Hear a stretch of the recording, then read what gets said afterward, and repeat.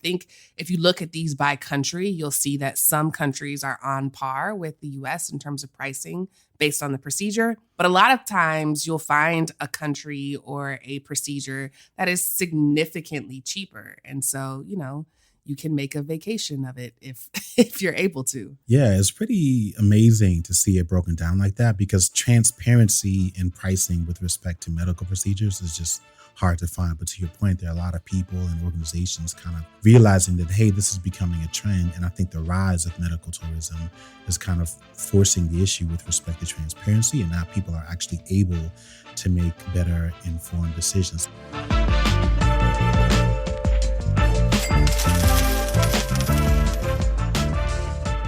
Welcome to the Rich and Regular podcast presented by Success, where we explore life at the intersection of money. I'm Kirsten. And I'm Julian. And today we are diving into medical tourism. Fun. Yeah. This is actually one of the first of a few follow-ups that we've kind of gotten from the last couple of episodes. So I'm actually excited to talk about this one because I learned some stuff in researching, and hopefully the people listening will learn something too. Yeah, this is a topic I really enjoy doing research on. It's been something that been on my mind because I see it popping up in some of the social circles that we're a part of. But I have to give credit to our good friend, and I'm trying hard not to say her name, but she is Purple. We know her as Purple. She runs a blog, apurplelife.com. I would imagine at some point in the future, she will actually hear this and then shoot me a text message or make fun of me in some way, because that's just the type of relationship that she has. But she's an amazing person. At the moment, she's traveling the world. And one of the things that she's been doing during that process is sharing some of her experiences, which is what she does typically, but she has also been really great at sharing some of these unique experiences. One of the things that I was particularly intrigued about during her time in Mexico was she was talking about her experience with medical tourism and really just like blowing my mind with some of the prices. And so she was talking about one of the experiences that she had filling a prescription. She got 4 prescriptions filled for the equivalent of $2.50 in US dollars. Which is crazy. That would have been about $60 in the US, as you can look at the conversions. She outlines her experience visiting what's called a Farmacias Similares. I think I'm saying that correctly. But it's basically a version of an urgent care. It's like a quick doctor's visit that you can do.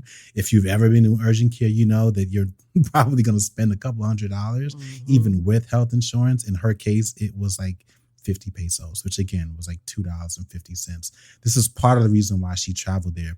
But she's not the only person that we know that has done this recently. I have to give another shout out to our friends. They are not international, but they live in Texas. So it's Lynette and Earl. When we think about these two, it's like we're looking into the future and we're like, all right, this is what we have to look forward to. They are like big brother and sister to us, but they regularly visit Mexico as well. And in their case, they went down for, I want to say like a month or so. Yeah, they go for like 6-week periods a couple of times a year. And it's like, we'll spend a couple of weeks at this part of the country, this time at this resort. And at least one of these cases, they made a point to get some dental work done. And they were also saying, hey guys, this is a thing, right? We're doing it. We're sharing these details. Basically, they got a deep cleaning done, a crown, x-rays for 2 people, and it came out to about $520, which included a transfer to and from the resort where they were staying. And when she compared that to what she would have spent if they got that work done in the US, it was basically like 25% of the actual cost. So we're intrigued. We did some research. We wanted to learn more. And that's part of the reason why we're sharing and talking about it today. Yeah, this kind of reminds me of way back when we were young spring chickens and we went to Thailand and learned that you could get custom clothes made there for super cheap. Like you can get, a whole suit tailored in Thailand for, again, a fraction of what it would cost you to buy a new off-the-rack suit in the U.S. Oh, well, and certainly a custom suit. Suit. I mean, and it's not just suits. Like I had a pair of silk pajamas made. And even with just medical experience, I remember getting sick in Mexico City from eating something at one of the local cuisines. And the staff downstairs had like a doctor bring me some very specific medicine that like knocked it out in like 24 hours. It turned my tongue black, but it worked. Like there was no asking for insurance card. There was no bill. Yeah. I'm assuming they just chalked it up to the room. So I think there's a lot of opportunity here if you're going into it with an open mind. And, we've spent a lot of time talking about healthcare and how expensive it is in the US. And at this point, it's no secret. The system or marketplace, as we call it, that we have in the US is consistently ranked as one of the worst and definitely the most expensive. And like we talked about in an episode a couple of weeks ago, the rankings look at a variety of factors. But when you zero in on factors like access to care, which is largely influenced by income or the percentage of income required to get the care that you need, the US is ranked last among leading countries. So while our politicians, insurance companies, and doctors continue to find ways to improve, there are lots of people that are just getting savvy and finding other, more affordable ways of getting the care that they need. Yeah, and I have to be honest, I was very naive to kind of the cost implications. I mean, obviously, we had our experience when our son was born in 2017, where it was like, all right, we got the quote. We've had a budget, we prepared for it, but then there were all these other little things that kept happening. And it was like, wow, I can't imagine how normal families deal with these kinds of things because they were some really big bills. But more recently, I had an experience, and I won't get into all of the details, but basically I needed a prescription. And the first thing that the doctor prescribed was not available, and I really wanted to get it done quickly. So I was like, all right, I'm not going to wait because it had already been a couple of weeks. And I was like, I want something now. Is there another option? What else can you give me? They made a secondary recommendation, and the quote for that. So the first quote was for a prescription, and I want to say it was like $60 or $70. The second quote was for around $3,500. And I remember refreshing the screen like, nah, that can't be right. And to be clear, this is something he would take for like 4 or 5 days. Yeah. Like I was like, nah, an annual this cost. is not a life-threatening situation. It's just like really uncomfortable. Like I'm over it. Like what you got, doc? And it was like, we got this. And it was so bad that even when I got the call from the prompt rather from the pharmacy saying that, hey, it's ready, they then canceled it. And then when I called, I was like, what do you mean? Like, they were like, it's $3,500. Like even they were like, you ain't paying you this. ain't got it, or you're not paying $3,500. I don't want you to pay for this. Let me help you. Right. Like I was going to call you. Sorry, I got busy, but it's 30. I was like, wow, like this is crazy. And so all of that to say, I ended up getting the original prescription filled and everything was fine. But that was the first time that I was like, if that's the case, like I'll just go to Canada. Mm-hmm. Like I will just hop on, like if my only option is to pay $3,500, like I can very quickly do the math in my head and say, yes, a hotel night, a flight to Canada, and me figuring out where I can get this at a pharmacy or somewhere else, or even Mexico for that matter, is way less expensive.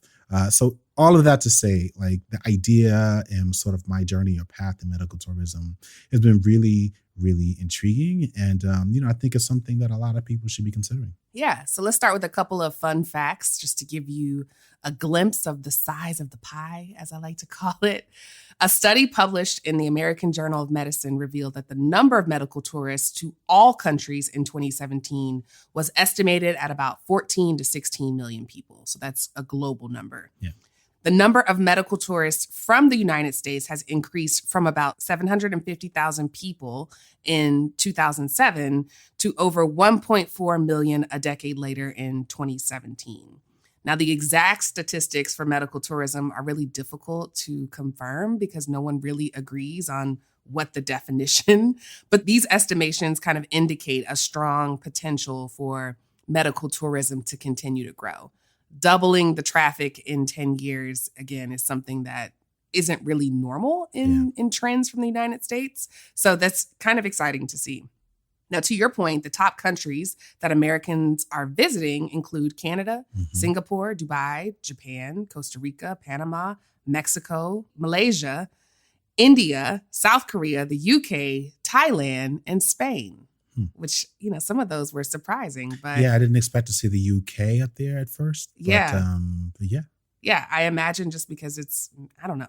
I don't know enough about it. I just did not anticipate seeing it there.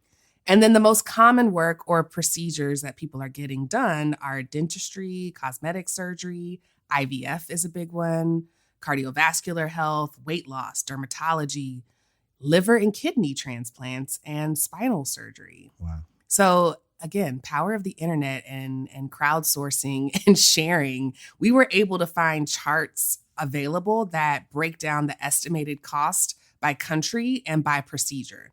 So a couple of examples, I'm not going to go through all of these. A knee replacement. A knee replacement on average costs you $40,000 in the US. My mom she didn't get a knee replacement, but she kind of did. Well, yeah, I guess she did. Yeah. Mm-hmm. Yeah. I was getting her mixed up because your dad had some. Everybody has had things falling apart. Yeah. Okay, so it's $40,000 in the U.S. If she were to have that same surgery in India, it would be $6,000 to $9,000. If she wanted to go to Singapore, it'd be $12,000. So again, significantly cheaper than what it costs in the U.S. for the same surgery. Yeah. Something like a breast reduction, $10,000 in the U.S.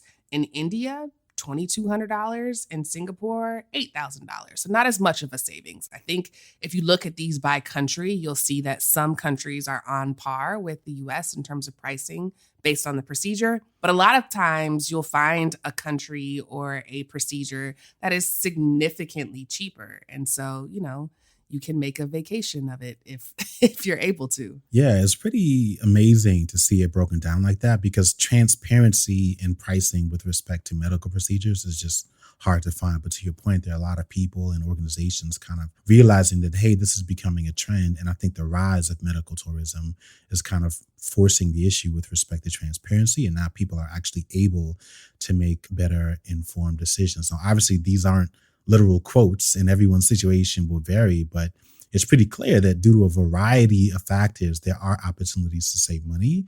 In some cases, they just may require you to leave the United States. Mm-hmm. Now, the CDC has weighed in on this. They are a little mixed. Big surprise. Big surprise. They have an entire webpage dedicated to the topic of medical tourism, and they spent quite a bit of time talking about the potential risks, which, again, is kind of what they do. I am sure that if you're new to this topic, you have some questions. You're probably like, I am not going across or overseas to get any work done. And so here are some of the issues that the CDC has outlined.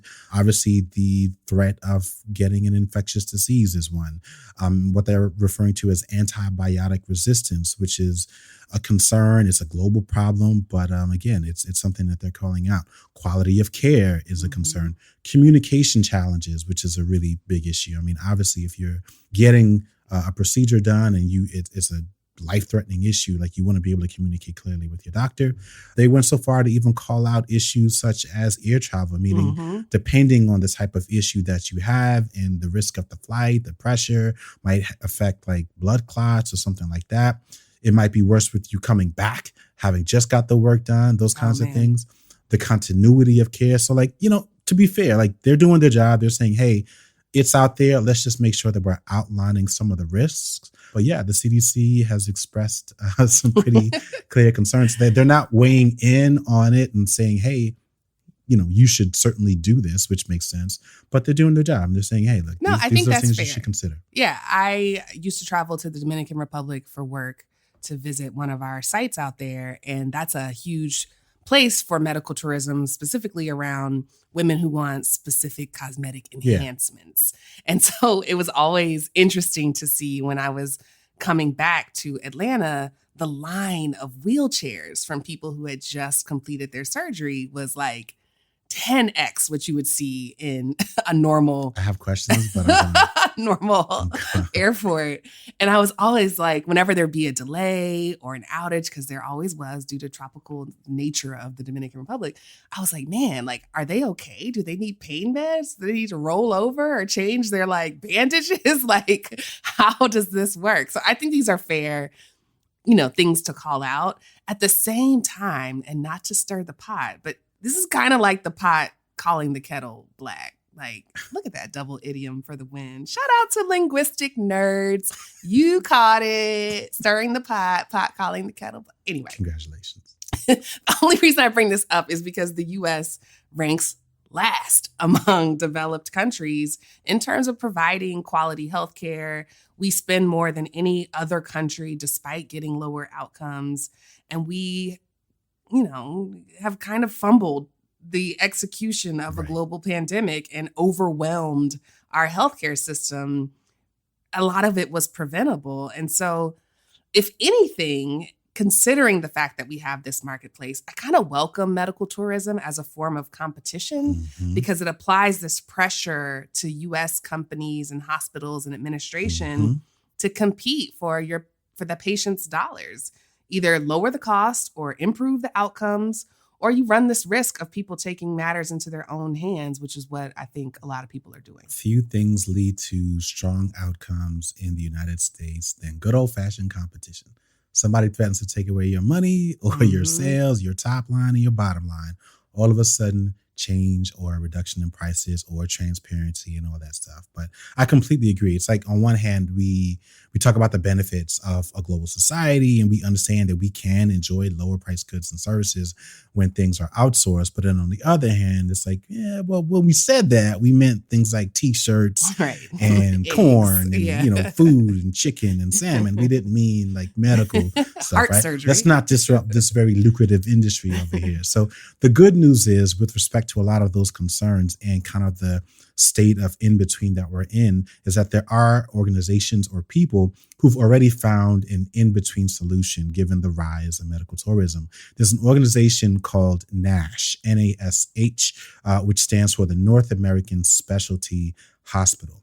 What they do is they provide pre-op evaluations here in the United States, and then they direct you to their partners in Cancun. So you kind of get a little bit of the best of the both worlds. You sort of get a diagnosis here. Here's the plan. Here's the strategy. And then it's almost like they convert from a hospital or healthcare facility into like a travel agency. Yeah, they connect like a you brokerage. They connect you to their partners. They recognize that, they can do the exact same work. They can do it for less, go through us. You get the savings, but you still get the comfort of knowing that your pre and your post-op experience is going to be with a doctor that is here locally within the United States. Right. So NASH, if you go through them or look them up, they provide all of the travel related arrangements. Again, they do all of the pre and the post-operative continuity of care. They offer you or connect you to concierge services on site in Cancun. They offer leading edge technology that includes the electronic transfer of medical records, which is huge, because that is such an issue even without this international layer. Yeah, even just domestically. Even just going to the doctor. Don't try to move states, you guys know, or change plans. You show up, it's sit down, it's fill out the same form that you filled out 100 times, even though you did it online and emailed it. Here it is, here's a pen and paper, fill it out again. They even go so far as to handle all of the accommodations for your companion. So again, let's say you need someone to go with you. They basically help to kind of streamline that process, not just for the travel experience, but also for the procedure. So I think it's the best of both worlds, not even just for patients and for NASH, but also even for doctors and facilities in Cancun. I think everyone kind of benefits from this. Yeah. I wonder if there'll be a similar approach to elder care, which is a similar issue where it's just incredibly expensive and there's no real solution. I wonder if I could organize a care situation in Mexico. I think you could. So one of the other things I don't think people realize is that when they call it medical tourism, there's also this real layer of hospitality to it. Yeah. There are literal hotels that are partnered with medical facilities to help you make the most of the experience, recover, and actually enjoy yourself, which is not a feeling you often associate with a medical procedure. So you talked about NASH, and in Cancun, they've actually partnered with the bilingual concierge team at the Sheraton Four Points to assist people who are there for medical procedures. Now, the hotel is literally attached directly to the hospital in Cancun. It's ADA compliant.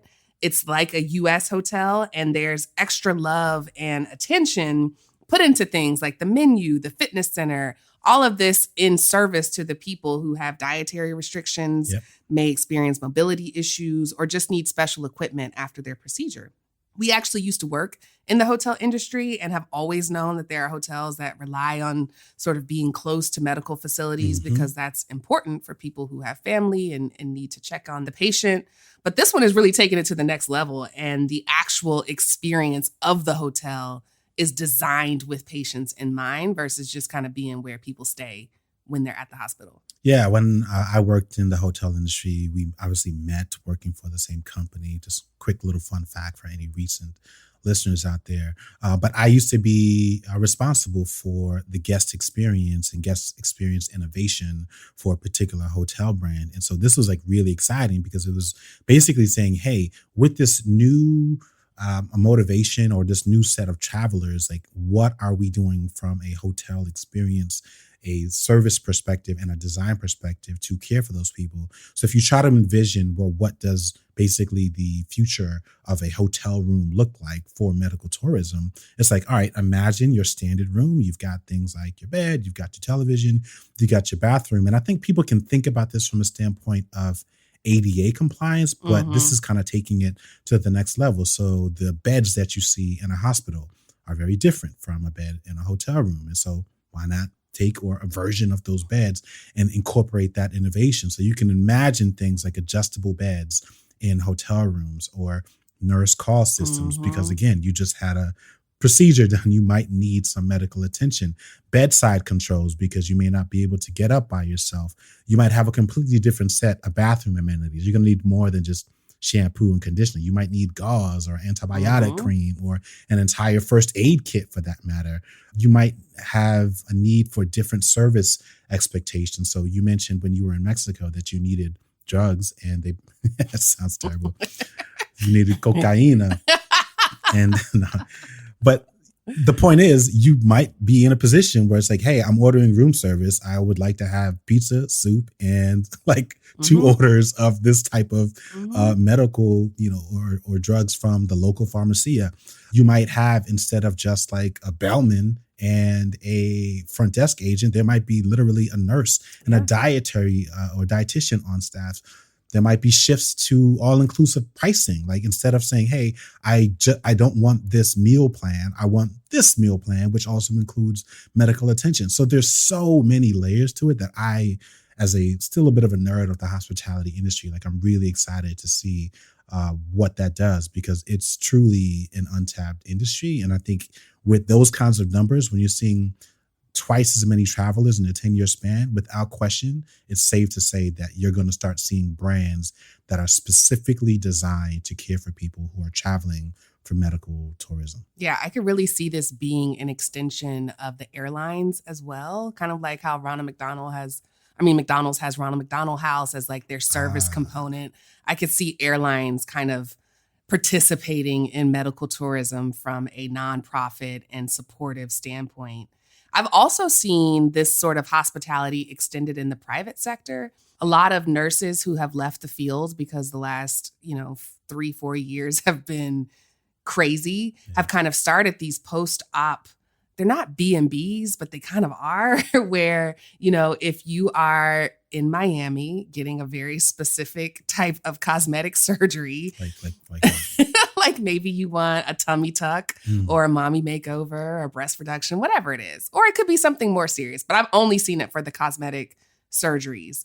There are women who open up their houses. Again, they're former RNs and nurses where they will take care of you after the fact. So you don't have to get on the plane immediately and go home to an empty house, or to, even if their house is not empty, to a spouse who doesn't necessarily know how to change bandages and remove, whatever may be going on. So no, I completely agree. I mean, it's not that a lot happens before you even get to the hotel. Oh, right? yeah. So to your point, like the way that airlines adopt will likely be we'll likely rental start to car see companies. That. Like I think it'll permeate through the entire travel industry. Airports, for that matter. Absolutely. Yeah, you might not be equipped to just wait in a regular line. You might have to be in a different waiting area or the boarding process. Like there are all of these things. I mean, I won't go so far as to say there might just be specific airlines that are dedicated to medical tourism. Like if it gets to that point and that's what you need,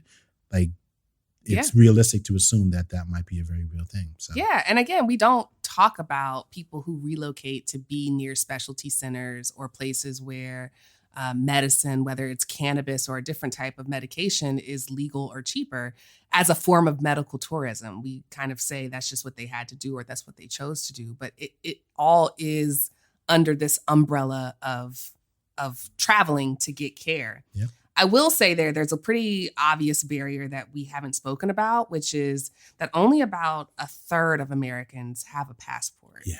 So there's only so many people who are even able to take advantage of these opportunities. Yeah. And my hope is that as this evolves, we can figure out temporary or affordable, expedited services that allow more of us the ability to experience or take advantage of these savings. Yeah. Otherwise, it becomes a perk or an option just for people who can afford it, Yeah. right? Right now, about 64% of households earning over $100,000 have a passport. And that number drops to 44% for households earning between $50,000 and $100,000, and then down to 21% when you look at households with half the income. And so, again, the numbers of people who have a passport and can take advantage of this in lower income households is significantly smaller. Yeah, my hope is that becomes a motivator for the U.S. in some way to kind of reevaluate, to your point, what that application process looks like, and to be able to move certain passport sort of approvals or issuing further up. Because I remember just getting mine renewed, and that took and this was during the earlier days of the pandemic. It was like a 10-week process, right? Mm-hmm. Now, luckily, I knew enough to do that far in advance of us having any travel booked.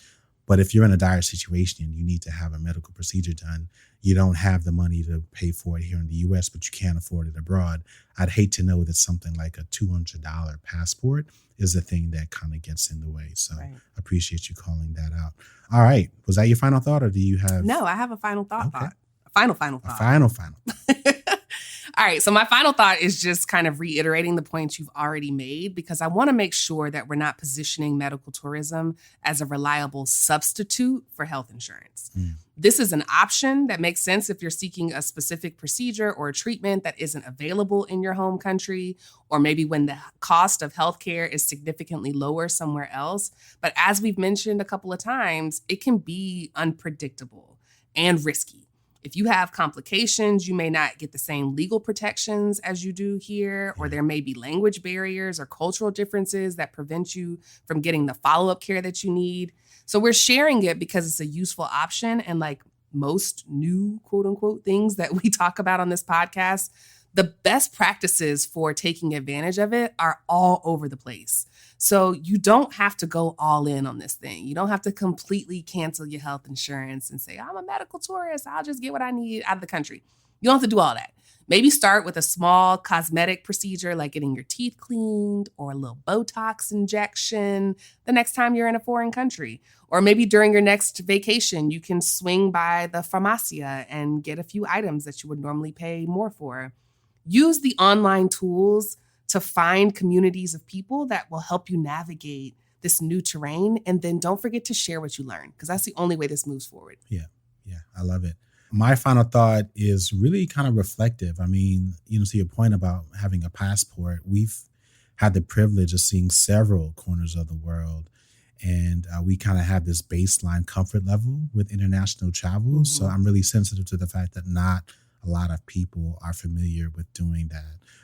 And so I know how odd or uncomfortable just the idea might be. And so if you are out there and it's something that you're thinking of, whether it's for yourself or as you're foreshadowing some future needs that an elder in your life might need, I just want to offer you a dose of confidence and say that put it on the table, at least discuss it, and don't let the discomfort or things like the language barriers get in the way. To Kirsten's point, there are really, really sophisticated tools out there these days, like Google Translate, that can literally make it so much easier for you to basically speak into your phone and then use that to help translate to someone exactly what you need. And again, I'm not saying that you're life or death situation and you're trying to explain something complicated, but for the most part, you should be able to conduct basic transactions that way. But either way, medical tourism is here to stay. Again, as someone that has studied it to a small degree from a personal finance standpoint, but also as someone who's thinking about this and have thought about this from a hospitality standpoint, those are not numbers that anyone is going to ignore. And so I 100% believe that there is an entire industry being built around this. And hopefully, if we're fortunate enough to take advantage of it, we'll share more. But if you're out there and you get an opportunity to take advantage of it, we encourage you to do the same thing. Yes. Well, thank you for listening to another episode of the Rich and Regular podcast presented by Success. They say laughter is the best medicine. So if we've tickled your funny bone on this episode, head on over to the Apple Ratings and Review page and leave us a 5-star rating and review. Look at that. Stacked. Okay. Laughter. I'm getting Janine Abbott Elementary vibes with that joke, but I'll accept it. Whatever. We'll see y'all next week.